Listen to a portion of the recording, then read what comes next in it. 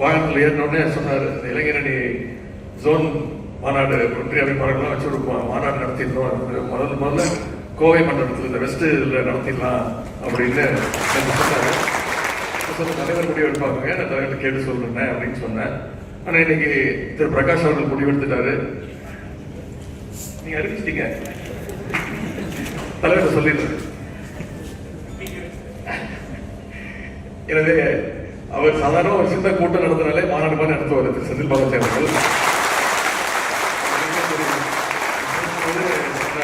இப்படி இளைஞரணி தம்பிமார்கள் எல்லாம் தேர்தல் பணியில் நான் ஈடுபடுத்திட்டு இருக்கேன் அப்படின்னு செந்தில் பாலாஜி அவர்கள் மாதிரியே அனைத்து மாவட்ட செயலாளர்களும் இருந்துட்டாங்கன்னா எந்த பிரச்சனையுமே இல்லை.